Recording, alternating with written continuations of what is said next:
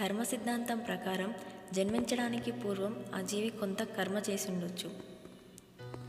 ఆ కర్మఫలం వల్ల ఆ జీవి ఆ జన్మలో అనుభవించకపోతే దాన్ని అనుభవించడానికి మళ్ళీ జన్మిస్తోంది. ఆ కర్మ ఇంకా మిగిలి ఉంటే దాన్ని అనుభవించడానికి ఈ జన్మలాగే మరో జన్మ కూడా తీసుకోవచ్చు. గత జన్మలాగే ఈ జన్మలో కూడా మరికాస్త కర్మని చేసి అనుభవించాల్సిన కర్మని పెంచుకోవచ్చు. మొత్తానికి పూర్వజన్మ కృతం పాపం వ్యాధి రూపేణ పీడతాం. పూర్వజన్మలో మనం చేసిన పాపం ఏదైనా వ్యాధి రూపంలో అనుభవంలోకి వస్తుందని శాస్త్రాలు చెప్తున్నారు.